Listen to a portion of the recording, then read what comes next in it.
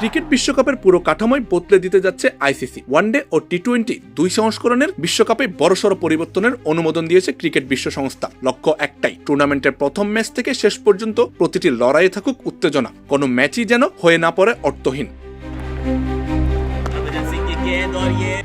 স্কটল্যান্ডের এডিনবরায় অনুষ্ঠিত বার্ষিক বোর্ড সভায় এই নতুন কাঠামো চূড়ান্ত করা হয়েছে। ওয়ানডে বিশ্বকাপের দল সংখ্যা আগের মতোই 14 থাকলেও পুরো প্রতিযোগিতা এখন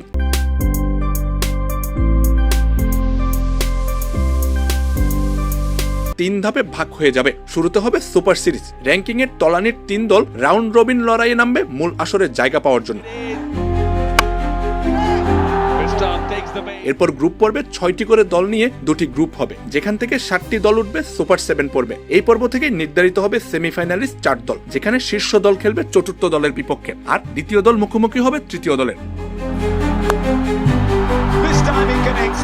টি-20 বিশ্বকাপেও বাড়ছে প্রতিদ্বন্দ্বিতার পরিসর। যুক্তরাষ্ট্র, ইতালি, নেদারল্যান্ডসের মতো উদীয়মান দলগুলোর সাম্প্রতিক লড়াকু পারফরমেন্স বিবেচনায় নিয়ে দ্বিতীয় পর্বে দল সংখ্যা 8 থেকে বাড়িয়ে 10 করা হয়েছে। নতুন এই সুপার 10 পর্বে 2 গ্রুপের শীর্ষ 2টি দল সরাসরি সেমিফাইনালে উঠবে। বাকি 2 সেমিফাইনালিস্ট নির্ধারিত হবে এলিমেন্টর ম্যাচের মধ্য দিয়ে। এর মধ্যে অনুমোদন পেয়েছে 2028 টি-20 বিশ্বকাপের নতুন বাছাই কাঠামো এবং সহযোগী সদস্য দেশগুলোর জন্য 16 দলের একটি নতুন বৈশ্বিক টুর্নামেন্টের পরিকল্পনা, যদিও প্রস্তাবটি এখনো চূড়ান্ত অনুমোদনের অপেক্ষায়।